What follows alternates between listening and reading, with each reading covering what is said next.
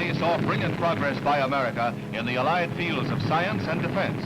Feats of space exploration included the Tyros Weatherman satellites, which broadcast pictures of the Earth's atmosphere and cloud cover. Space research produced advances in global communications, too, and the year saw the first recovery of Discoverer satellite capsules out of orbit. At the year's end, the first man in space attempt seemed close at hand. The unknown reaches of the great oceanic deeps were plumbed by a United States Navy bathyscaphe with a pioneering dive to the deepest known chasm on Earth, the Marianas Trench in the Pacific. Into the undersea realm moved America's front line of global defenses as the combination of hydrogen warhead missile and nuclear sub became operational. The George Washington went on patrol, a full cargo of Polaris missiles. Monkeys are serious business at Holloman Air Force Base despite their inevitable antics. These chimps are slated for a mission in space. One will go aloft in the Mercury capsule designed for America's first human astronaut. And before he does, he gets the same intensive scrutiny and preparation as the Project Mercury spacemen.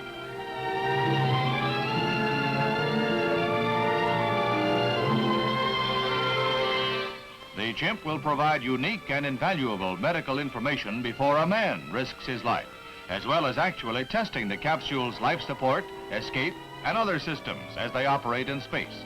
Their training at this New Mexico base includes education. Learning to push a lever 50 times gets him a food tablet. A flashing light signals the water supply.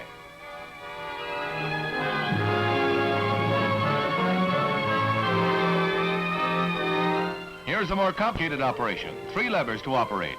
Sort of a chimpanzee Las Vegas, but with a most important purpose.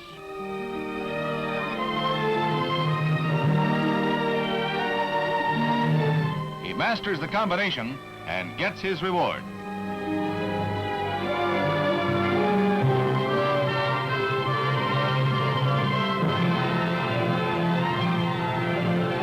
All the resources of science and technology have been dedicated to assuring these chimps the same chances of survival that the humans who follow them will have.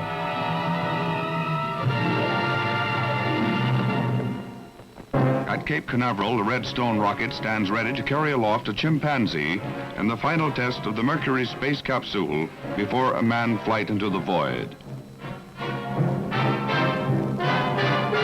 A carefully trained chimpanzee named Ham is carried to the same survival capsule that will lift America's first Mercury astronaut into space and carefully strapped into place. On the success of this test depends the schedule of the first human astronaut. The chimp has been trained for a program of button and lever pushing. Any variance will indicate an adverse effect of low gravity or the high acceleration of the missile's flight. In his survival capsule, the 37-pound chimp is the largest animal ever to be rocketed into space.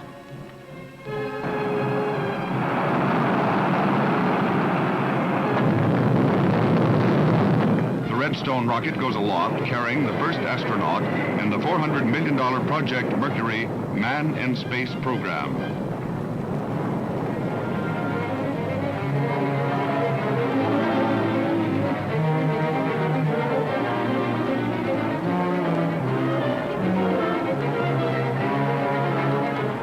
The rocket hurtles aloft at a speed faster than that programmed, higher, faster, and farther than intended because of an inaccuracy in the thrust regulator of the rocket engine.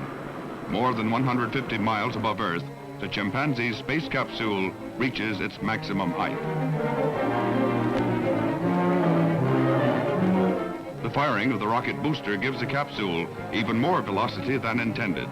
The capsule hits a maximum speed in excess of 5,000 miles an hour before it's released to re-enter the Earth's atmosphere.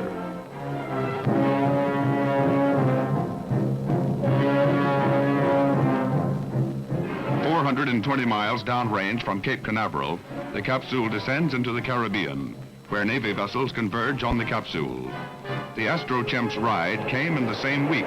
America successfully fired a Samus spy satellite into orbit around the moon and launched a Minuteman missile 4,000 miles downrange. 3 years to the day after the launching of America's first satellite, Explorer 1, the chimpanzee astronaut returns from space.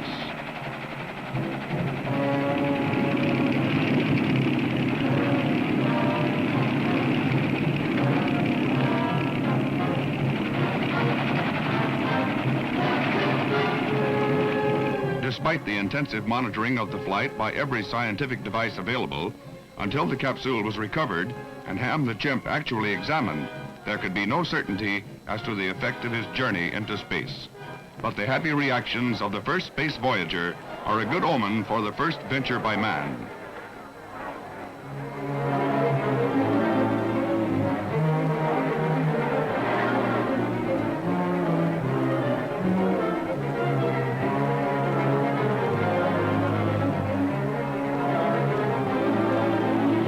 Ham will go down in history, the chimp who pioneered the way into space. But famous or not, he seems mostly happy to be back among friends.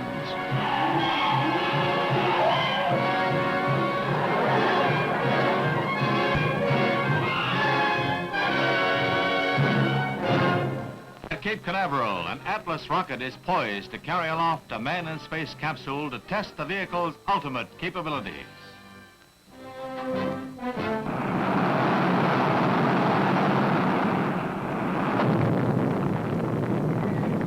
Atlas carries the capsule to 107 miles, then slams it back into the atmosphere under the worst possible conditions.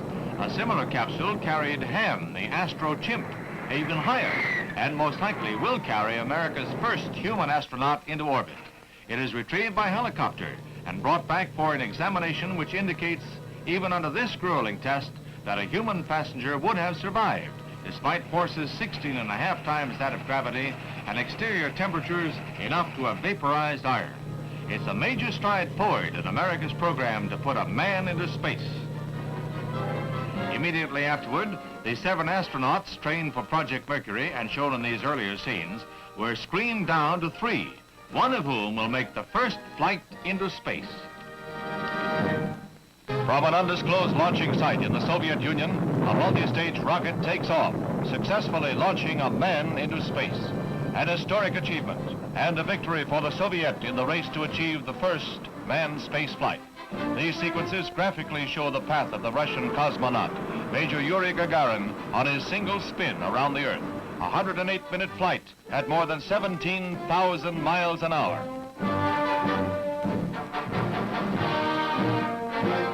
As the story was flashed around the world, congratulations poured in for the Soviet scientists and for Major Gagarin, whose name becomes immortal with this feat.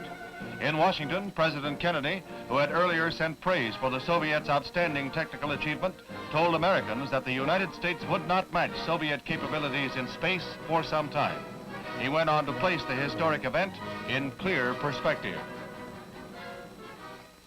This Redstone missile is the center of world attention as Commander Alan B. Shepard, Jr. watches some final preparations before the United States attempts to put its first man into space. The 37-year-old Navy test pilot seems to be the calmest man of the hundreds involved in the launching as he walks to the elevator that will carry him 65 feet to the capsule. Hundreds of missiles have been launched from Cape Canaveral, but for the first time there is to be a man aboard. Just 3 weeks after the Russians say they orbited Yuri Gagarin around the Earth. While that flight took place in complete secrecy, there are hundreds of reporters here today to witness the flight of Commander Shepard.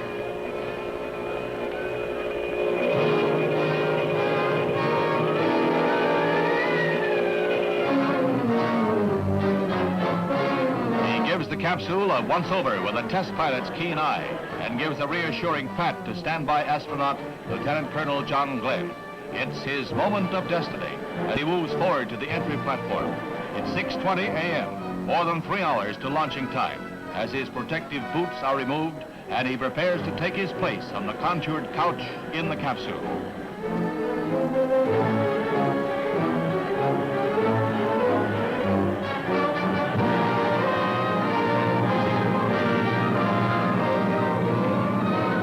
The countdown is now approaching 0, and the tension is broken only by murmured prayers and quietly voiced hopes.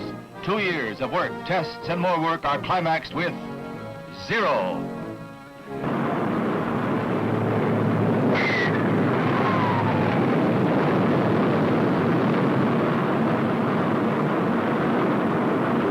rocket performs perfectly as it lifts the funnel-shaped capsule gracefully aloft. Named the Freedom 7, the Mercury vehicle could be released by either the pilot or ground control should something go wrong. But quickly the reports come back. Everything A-OK, A-OK.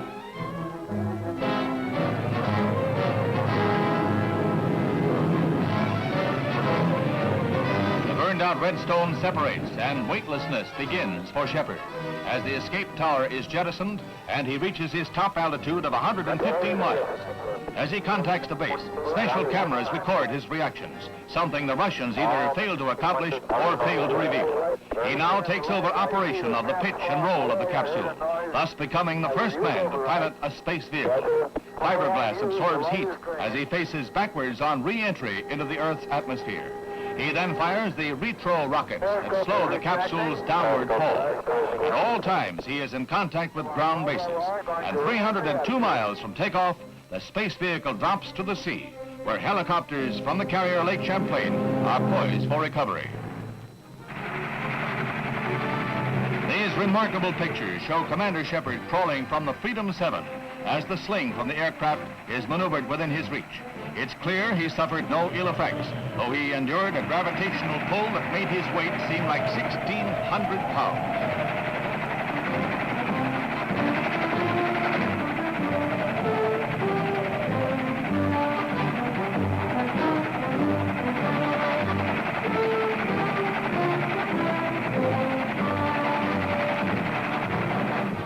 His historic flight lasted only 15 minutes, but its telling effect on an electrified world is unprecedented. The proof was here for all to see that a democracy dares pioneer without secrets, dares defy failure without censorship.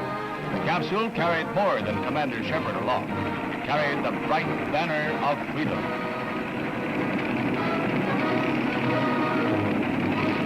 The astronaut walks jauntily from the helicopter, the victor returning from a conquest of the outer world. Exhaustive physical checkups that follow his return show no ill effects and raise hopes that the United States may orbit a man around the Earth before the end of the year. And that man will have to follow in the star steps of Alan Shepard. 5 hours before he is destined to take a giant stride into history, Colonel John H. Glenn, Jr. squeezes into his spacesuit. His smiling face belies the 10 postponements of his flight that have kept him grounded. This morning, the weather over Cape Canaveral and in the pickup areas is better, and there's an air of optimism as the colonel walks to the gantry elevator. Carrying his now familiar portable air conditioner, Glenn prepares to go to the 11th deck as clocks point to 6 a.m. Eastern Standard Time. The skies are beginning to lighten, and a cool north wind rustles across the Cape.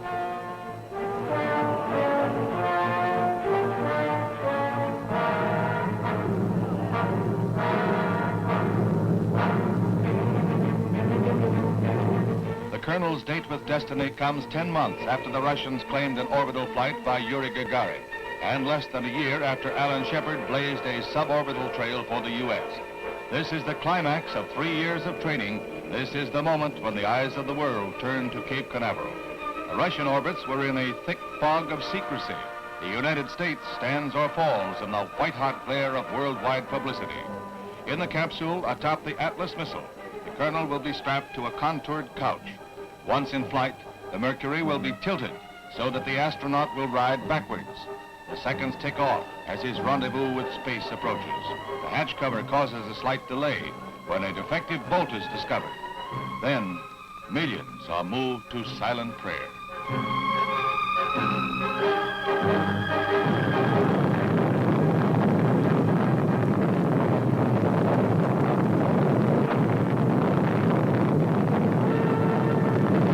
Everything is go. The takeoff of the Atlas, blasted aloft by 360,000 pounds of thrust, carries the Mercury gracefully skyward. The Friendship 7, climbing rapidly out of the Earth's atmosphere, exerts a pressure of 6 times the force of gravity on the astronaut. Loud and clear, he reports back to Mercury Control, reading off his instruments, commenting on his reactions, all as coolly and calmly as if he was commuting on the 827. Glenn is able to control the yaw and pitch of the vehicle himself. Now comes the moment when the Mercury is turned so that Glenn will be seated facing backwards. He checks with ground control. Roger, 0G, and I feel fine. Capsule is turning around. Oh, that view is tremendous. Roger, turnaround has started. Capsule turning around, and I could see the booster during turnaround just a couple of 100 yards behind me. It was beautiful. Roger, 7. You have a go, at least 7 orbits. Roger, understand go for at least 7 orbits. Actual pictures of Glenn in the capsule will give scientists the opportunity to study his reactions as he passes over the Canary Islands, Africa, the Indian Ocean, Australia, back across the Pacific and over the United States. He speeds at 17,500 miles an hour, reaching a high point of 160 miles and a low altitude of 99 miles. Each of the 3 orbits takes about 90 minutes. 3 times the Colonel sees the sun rise within a period of 4 hours and 56 minutes. 3 times around the globe for a trip of 81,000 miles before he re-enters the Earth's atmosphere, a shield protecting the astronaut from the intense heat.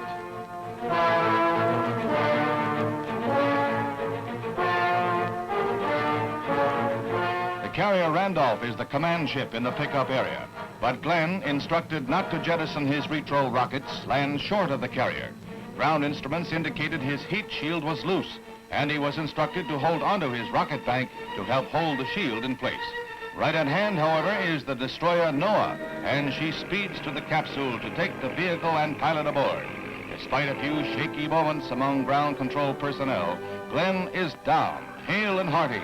With support cables attached, a pincer-like crane will lift the Friendship 7 aboard.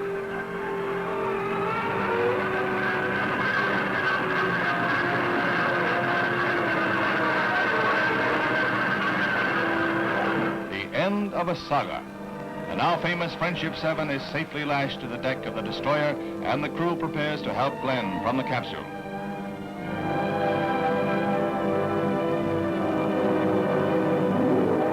First, they attempt to help the Colonel from his complex prison through the upper exit in the mouth. They encounter difficulties, and so it is decided to blow off the escape hatch cover.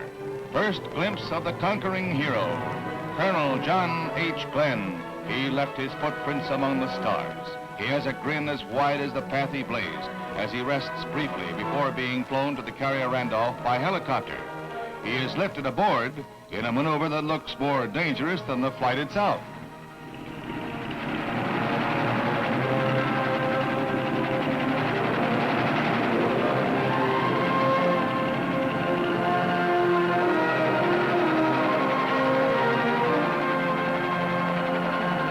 The helicopter takes him to the Randolph for a debriefing and examinations by medical men.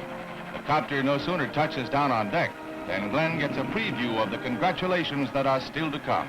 On every hand there is jubilation. On every side, smiles and cheers. He signs over his precious log and instruments to the National Space Administration.